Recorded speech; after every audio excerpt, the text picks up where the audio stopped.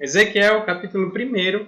Na outra vez que eu comecei Ezequiel, nós vimos dos versos 1 até o versículo 3. Nós vimos a esperança que vem do céu. Nós vimos que Ezequiel é o profeta que está ali na Babilônia, está no exílio, numa situação bem difícil. E Deus, por sua graça, vai abrir os céus, vai mostrar para ele uma visão gloriosa dele mesmo, fortalecendo Ezequiel para a missão que viria. Nós vamos ler do verso 4 até o verso 28. A leitura é um pouco longa. Eu vou dividir o texto por blocos, porque não dá para a gente pegar versículo por versículo destrinchando tudo, mas dá para a gente dar mesmo abrangentemente, pegar a parte mais importante do texto. Então diz assim a palavra do Senhor, a partir do versículo 4. Aí é Ezequiel descrevendo a visão que ele está tendo aí do Senhor. E diz assim a palavra de Deus: Olhei, e eis que um vento tempestuoso vinha do norte, uma grande nuvem com fogo a revolver-se, e resplendor ao redor dela, e no meio disso uma coisa como um metal brilhante que saía do meio do fogo. Do meio dessa nuvem saía a semelhança de 4 seres viventes, cuja aparência era esta. Tinha a semelhança de homem, cada um tinha 4 rostos, como também 4 asas. As suas pernas eram direitas, a planta de cujos pés eram como a de um bezerro, e luzia como o brilho de bronze polido. Debaixo das asas tinham mãos de homem, aos 4 lados, assim todos os 4 tinham rostos e asas. Então se uniam uma à outra, não se viravam quando ia, cada qual andava para a sua frente. A forma de seus rostos era como o de homem, à direita os 4 tinham um rosto de leão, à esquerda um rosto de boi, e também rosto de águia, todos os 4. Assim eram seus rostos. Suas asas se abriam em cima, cada ser tinha 2 asas, unidas cada uma do outro, outras 2 cobriam o corpo deles. Cada qual andava para a sua frente, para onde o espírito havia de ir. Iam, não se viravam quando iam. O aspecto dos seres viventes era como um carvão em brasa, semelhança de tochas e fogo, corria resplandente por entre os seres, e deles saíam relâmpagos. Os seres viventes zigue-zagueavam à semelhança de relâmpagos. Vi os seres viventes, e eis que havia uma roda na terra ao lado de cada um deles. O aspecto das rodas e a sua estrutura eram brilhantes como berilo. Tinham as 4 a mesma aparência, cujo aspecto e estrutura era como se estivesse uma roda dentro da outra. Andando elas, podiam ir em 4 direções e não se viravam quando iam. As suas cambotas eram altas e metiam medo, e nos 4 rodas as mesmas eram cheias de olhos ao redor. Andando, os seres viventes andavam as rodas ao lado deles, elevando-se eles também, elas se elevavam. Para onde o Espírito queria ir, iam, pois o Espírito os impelia, e as rodas se elevavam juntamente com eles, porque nelas havia o Espírito dos seres viventes. Andando eles, andavam elas, e parando eles, paravam elas. E elevando-se eles da terra, elevavam-se também as rodas juntamente com eles, porque o Espírito dos seres viventes estava nas rodas. Sobre a cabeça dos seres viventes havia algo semelhante ao firmamento, como cristal, brilhante, que metia medo, estendido por sobre a sua cabeça. Por debaixo do firmamento estavam estendidas as suas asas, e de um em direção a do outro, cada um tinha outras 2 asas com que cobria o corpo de um e de outro lado. Andando eles, ouviu o tatalar das suas asas, como o rugido de muitas águas, como a voz do Onipotente, ouviu o estrondo tumultuoso, como o tropel de um exército. Parando eles, abaixavam as asas. Veio uma voz de cima do firmamento, que estava sobre a sua cabeça. Parando eles, abaixavam as asas. Por cima do firmamento, que estava sobre a sua cabeça, havia algo semelhante a um trono, como uma safira. Sobre essa espécie de trono estava sentado uma figura semelhante a um homem. Via como metal brilhante, como fogo ao redor dela, desde os seus lombos e daí para cima, e desde os seus lombos e daí para baixo, via como fogo, um resplendor ao redor dela. Como o aspecto de arco que aparece na nuvem em dia de chuva, assim era o resplendor em redor. Esta era a aparência da glória do Senhor. Vendo isso, eu caí com o rosto em terra e ouvi a voz de quem falava. Aqui nós temos um relato da visão gloriosa que Ezequiel teve do Senhor, ali às margens do rio Quebar, naquele momento na Babilônia. Ele estava no exílio. O povo, depois dos pecados, depois de desobedecer a Deus por castigo, foram levados para a Babilônia, onde ficaram ali no cativeiro durante 70 anos. E foi um período de tristeza, de lamento, de sofrimento. E agora Deus vai levantar um profeta que é sacerdote para chamar o povo de volta para ele, para chamar o povo ao arrependimento. E a partir daqui ele começa a ter uma visão da glória do Senhor, de maneira fantástica. Ezequiel é o profeta que viu a glória de Deus. Claro que não na sua plenitude, afinal de contas, nenhum pecador mortal subsistiria diante do Senhor e da sua glória, mas a ele foi dado esse privilégio de ter um vislumbre da glória do Senhor num momento de provação, num momento em que muito provavelmente ele, não só ele, mas talvez os seus conterrâneos estavam ali questionando a própria fé. Porque imagine, eles haviam sido derrotados, eles haviam sido levados para o exílio, e talvez no coração das pessoas ficasse aquele sentimento. Nós ouvimos e conhecemos o Deus Todo-Poderoso e nós somos derrotados, porque naquela época os povos, cada um representava os seus deuses, e dessa forma eles, quando ganhavam alguma batalha, eles dedicavam ao seu Deus, e portanto, talvez na cabeça de muitos, Deus havia sido derrotado, Deus havia fracassado, e é claro que não. Mas então Deus levanta Ezequiel, a mão do Senhor estava aí sobre ele, ele é chamado para isso no verso 3, que a gente viu da outra vez, e no verso 4 ele vai começar a descrever a visão. Lembrando assim, como Spurgeon falava, quando falava de Ezequiel, ele dizia assim, que nós devemos ter humildade quando nos achegamos a esse livro, porque ele traz coisas difíceis, ele traz uma visão gloriosa de Deus que foge à compreensão humana, foge até do próprio vocabulário humano, e portanto nós sempre entramos aqui com todo cuidado, com toda reverência, com todo temor. E nós estamos em pleno século XXI, uma era onde, infelizmente, as igrejas, e assim diz o grande J.I. Packer, o grande teólogo britânico, ele diz assim que um dos males da igreja contemporânea é o esquecimento da doutrina de Deus. É deixar a doutrina de Deus de lado, é deixar de exaltar esse Deus quem ele é, e dessa forma a igreja ela enfraquece, o mundo padece por conta da falta do conhecimento do Senhor. O único Deus, o Deus verdadeiro, aquele que se revela, aquele que fala, aquele que criou todas as coisas, aquele que pensa, aquele que age, aquele que é o dono e senhor da história, é o Deus que Ezequiel descreve aqui, é o Deus que nós adoramos até hoje, é o Deus das Escrituras, é o Deus e Pai do nosso Senhor Jesus Cristo. Então ele começa trazendo para nós várias coisas sobre Deus, várias visões fantásticas sobre Deus.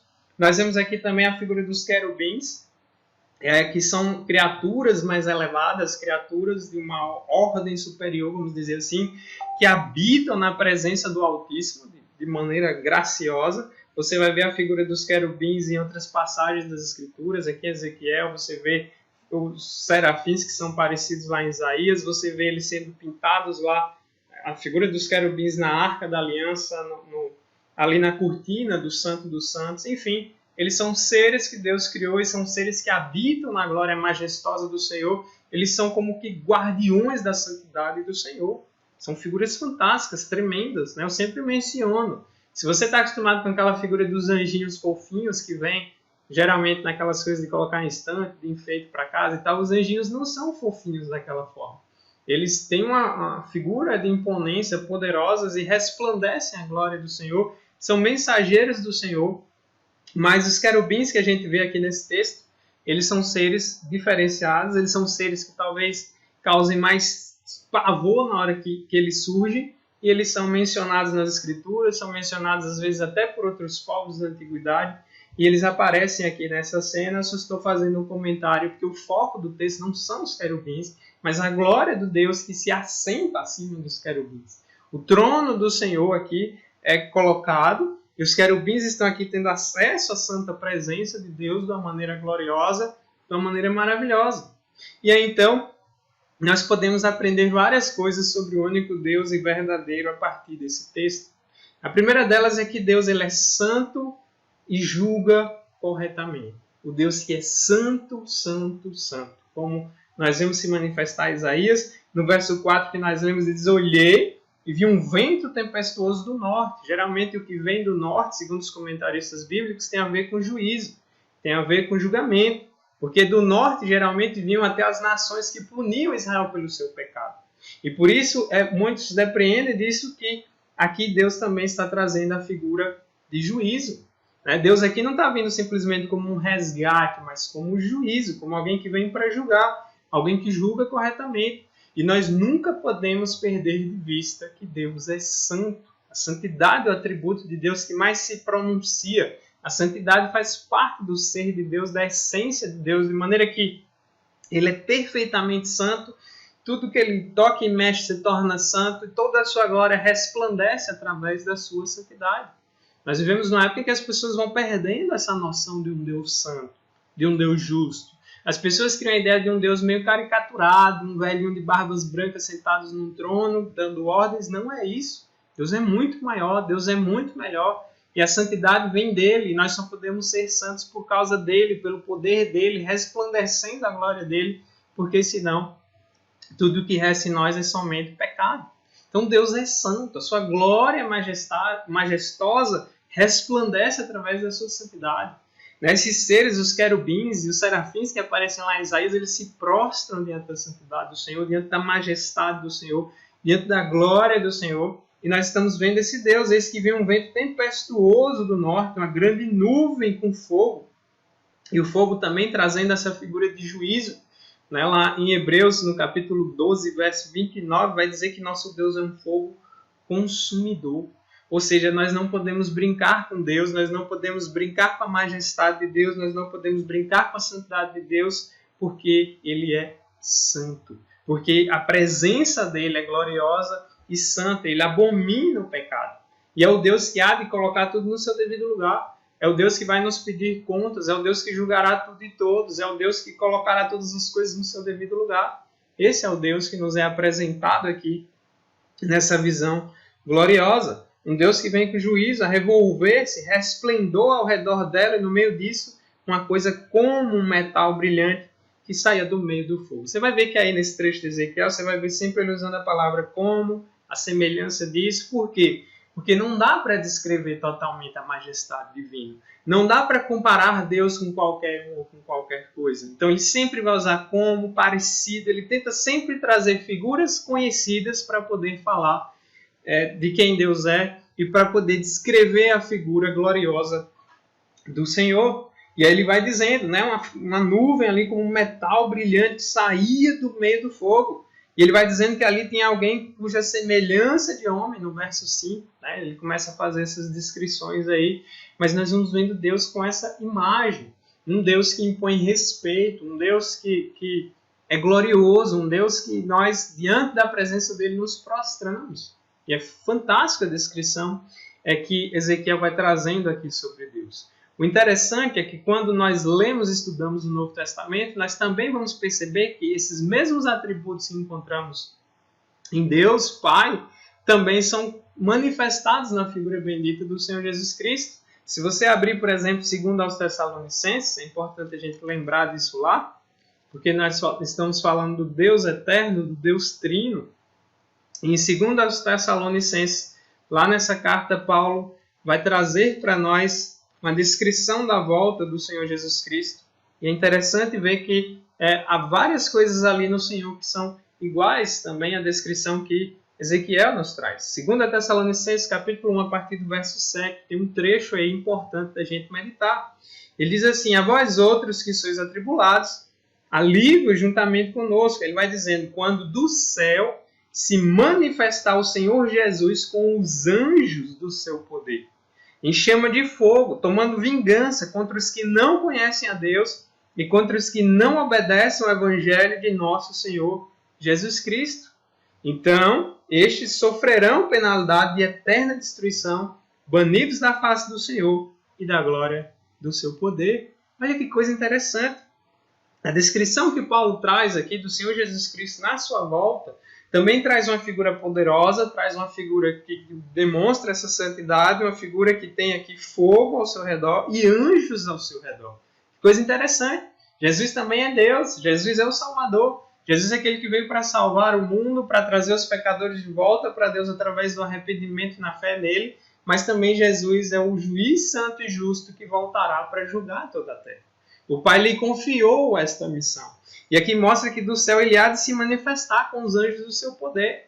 Jesus é poderoso, glorioso, soberano da mesma forma. Todos os atributos que você vê em Deus Pai, você vê no Deus Filho, você também vê no Deus Espírito Santo.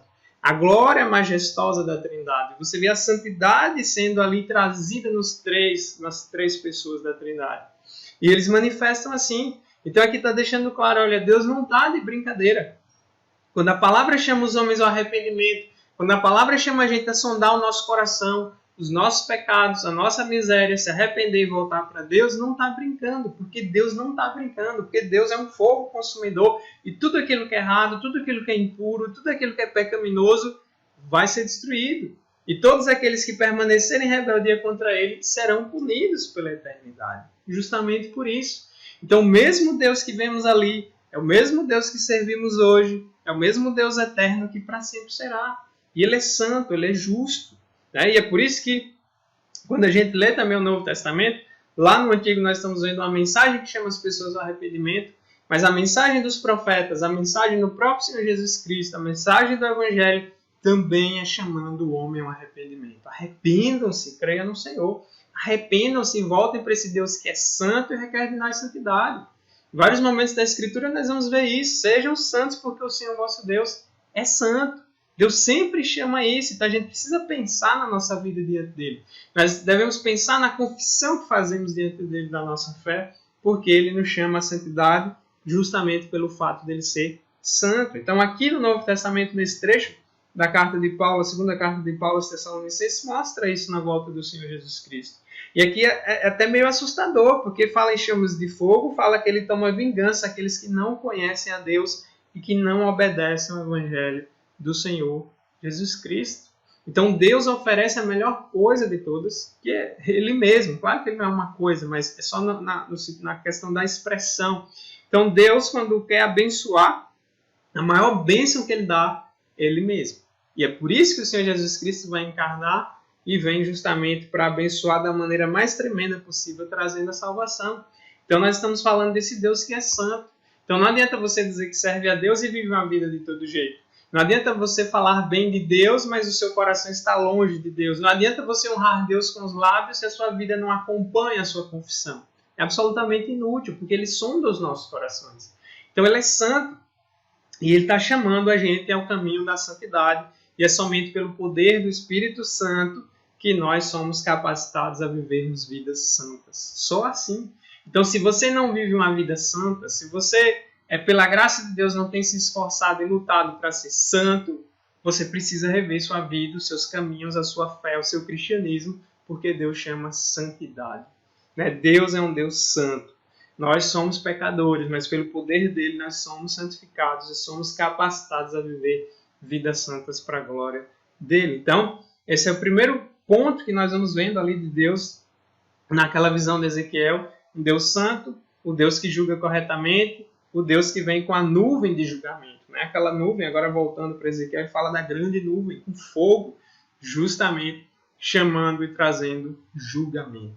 Eles estão ali na Babilônia, mas isso não quer dizer que eles agora são coitadinhos ou estão sofrendo, não. Eles estão sofrendo a penalidade da rebeldia, do pecado, e, portanto, precisam alinhar suas vidas com o Senhor. Lá em Ezequiel, voltando lá, no verso 15 em diante, a gente vai ver também agora a figura de um Deus que sabe tudo que está em todos os lugares. Então Deus é santo, Deus é justo, o justo juiz, e julgará e julga retamente. E nós também vemos um Deus que não tem limites. Nós vemos um Deus que não está restrito a um local ou a qualquer pessoa. E aí o verso 15 vai dizendo: eu vi os seres viventes, e eis que havia uma roda na terra, e ao lado de cada um deles. Ele vai falando dessas rodas, uma dentro da outra. E vai dizendo lá, no verso 17, andando elas, podiam ir 4 direções e não se viravam quando iam. Ou seja, por todos os lugares. Lembrando que essas rodas aqui, essa descrição, é como se fosse um trono de Deus, uma espécie de carruagem onde os querubins estão carregando e ela se movimenta para todas as direções. Deus é colocado como aquele que é onipresente. Deus está em todos os lugares ao mesmo tempo com todo o seu ser. A Bíblia não diz que tudo é Deus, isso seria panteísmo. Isso não existe. Pessoas que dizem que a árvore é Deus, que o planeta é Deus, que o universo é Deus, essas pessoas não têm noção de quem Deus é de verdade. Não. Deus é pessoal, ele é poderoso e ele é capaz de estar em todos os lugares totalmente ao mesmo tempo, sem se confundir com a criação. Então nós vemos esse Deus que se espalha. O verso 18 vai dizendo para nós aí que as cambotas eram altas, meio que um medo, uma figura imponente, assustadora, né? E nas 4 rodas as mesmas eram cheias de olhos ao redor. Essa figura cheia de olhos nós também vamos ver ela lá em Apocalipse com alguns dos seres ali. E esse monte de olhos indica ver em todas as direções e tudo ao mesmo tempo. Não há 1 centímetro do universo que Deus não esteja diante de Deus. Ele vê tudo, ele sabe tudo, e ele sonda o mais profundo dos nossos corações, inclusive. Ele consegue ver tudo ao mesmo tempo, sem bolar tudo na sua mente. Porque ele é o Todo-Poderoso. Então, ele é um Deus que não está limitado. E Ezequiel lembra que não está limitado o tempo tinha sido destruído. Hoje nós estamos, não por uma questão de perseguição como era aqui, ou de exílio como era aqui, embora todos os crentes sejam de uma certa forma exilados, porque na carta de Pedro ele diz que nós somos peregrinos e forasteiros nessa terra, vivemos exilados o tempo todo, porque nós ainda não estamos no nosso lar, no nosso destino final, mas Deus não está restrito ao tempo.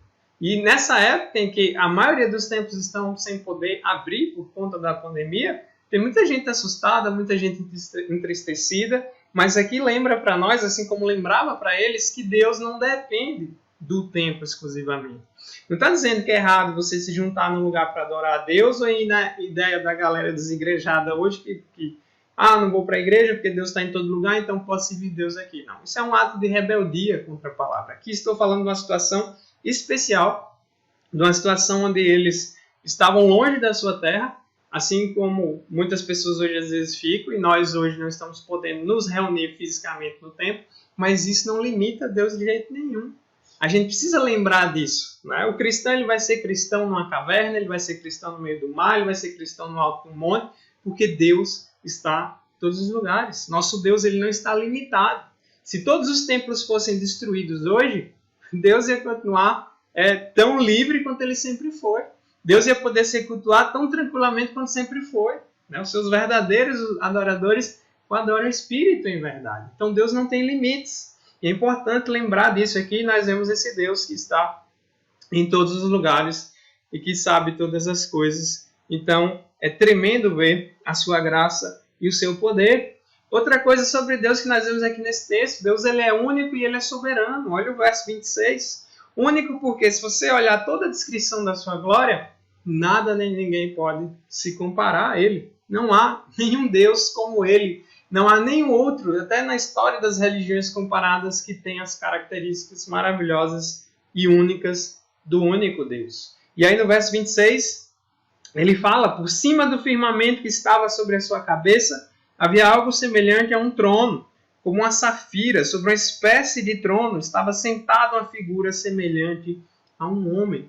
Alguns comentaristas chegam a dizer que o que Ezequiel está vendo aqui talvez seja até o próprio Senhor Jesus Cristo pré-encarnado. Afinal de contas, todo o nosso relacionamento com Deus e nossa ligação com Deus, o mediador entre nós e Deus é o Senhor Jesus Cristo.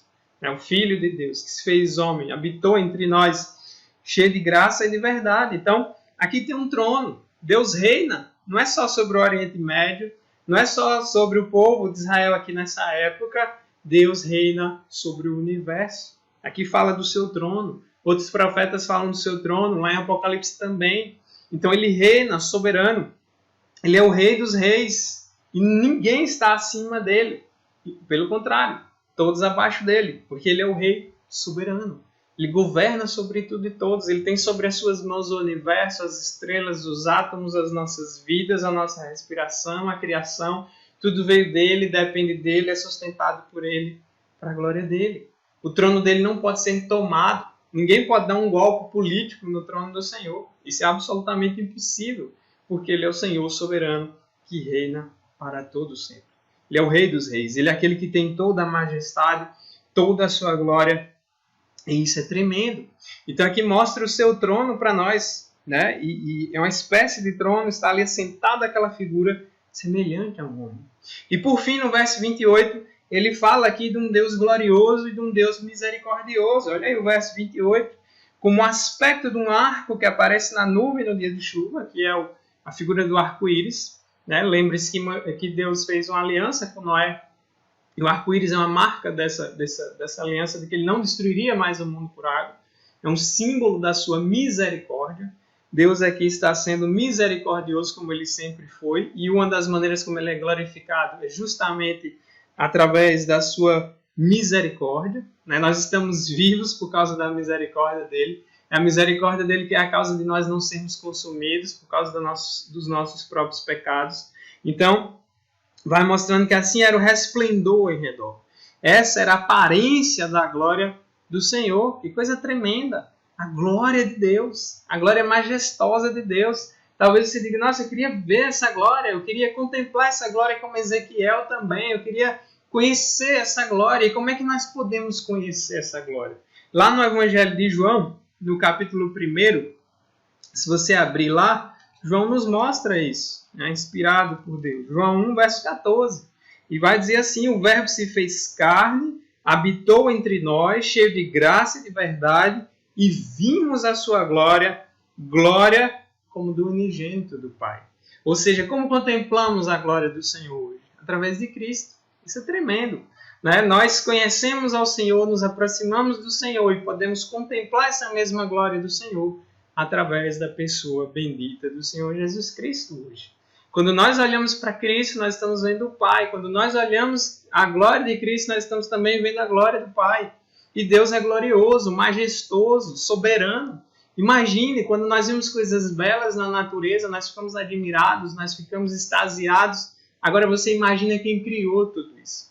Quando olhamos as cores das nuvens, o pôr do sol, as flores, os animais, as cores que existem na natureza sem ter sido mexidas pelo homem, é obra e um reflexo da beleza e da glória do Senhor. Ele é um Deus glorioso. Ele é um Deus de onde flui toda a beleza. Agostinho, o grande teólogo, dizia beleza tão antiga e tão nova. Ele é eterno, é algo glorioso e majestoso. Eu fico imaginando o que é podermos um dia sermos transformados e contemplar e habitar na glória desse Deus maravilhoso. Tudo foi criado para a glória dele mesmo. Tudo há de redundar na glória dele. A nossa vida tem que ser para a glória dele. Tudo gira em torno dele.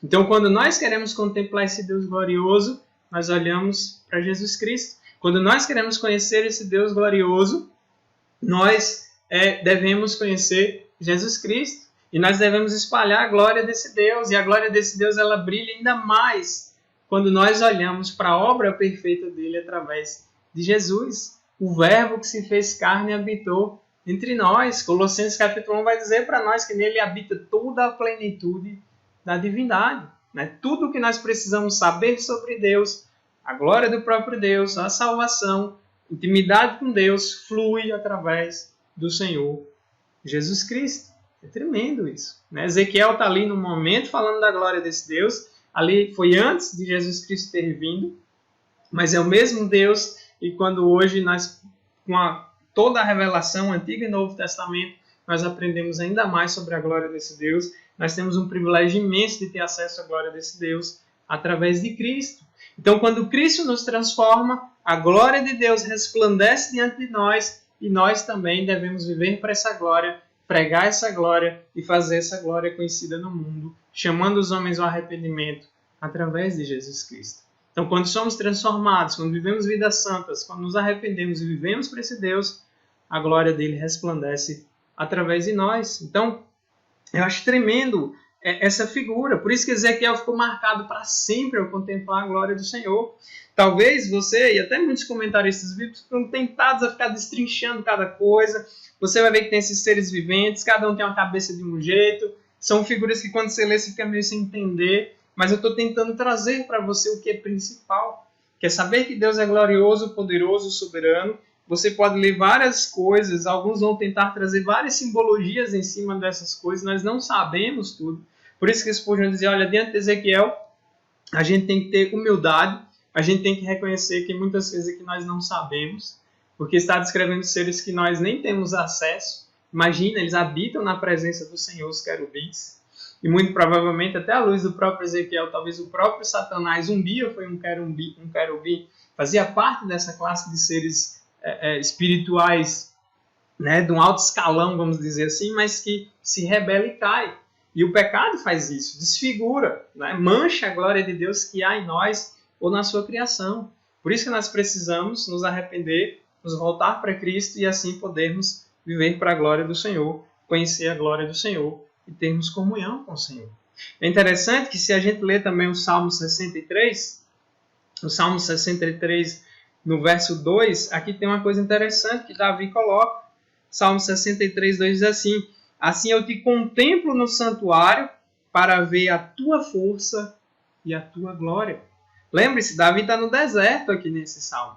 E o que sustenta Davi no deserto era contemplar a glória de Deus. O que nos sustenta também no deserto da vida, nos vales da vida, nas dificuldades e tribulações, é contemplar a glória de Deus. O que sustentou Ezequiel durante aquele período tão difícil ali na Babilônia foi justamente a visão da glória de Deus. O que pode nos dar esperança, razão para viver, alegria verdadeira e salvação é justamente contemplar, conhecer, adorar a glória de Deus. É buscar Deus por quem Ele é, adorar Deus por quem Ele é amar Deus por quem Ele é servir a Deus por quem Ele é em se encher de Deus e buscar cada vez mais contemplar a glória dele por meio de Cristo. Então, a visão da glória de Deus nos faz enxergar todas as coisas corretamente, nos faz enxergar nós mesmos. Por isso que toda vez que nós contemplamos essa glória, nós vemos o quanto somos pecadores. Nós vemos o quanto nos afastamos desse Deus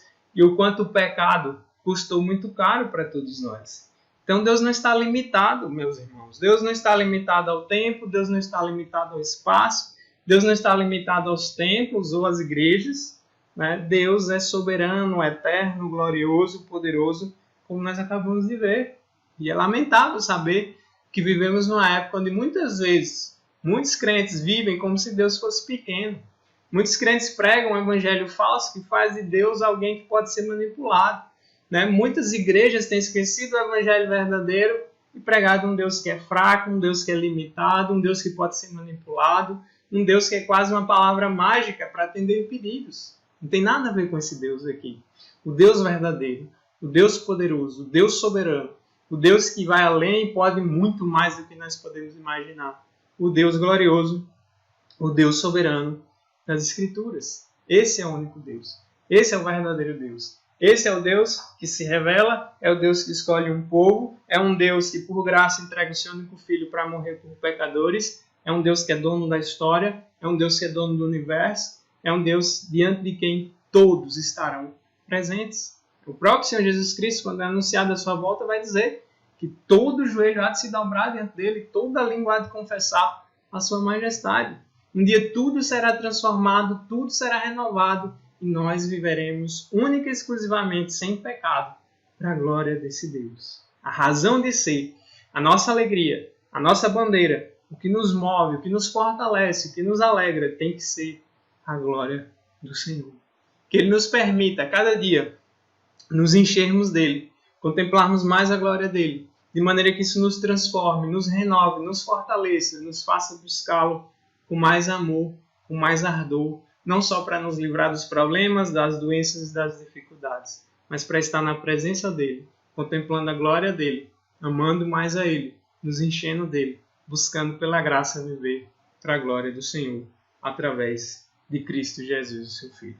Que Deus nos ajude a guardar no coração todas essas coisas. Que Deus nos ajude a crescermos no entendimento dessas verdades.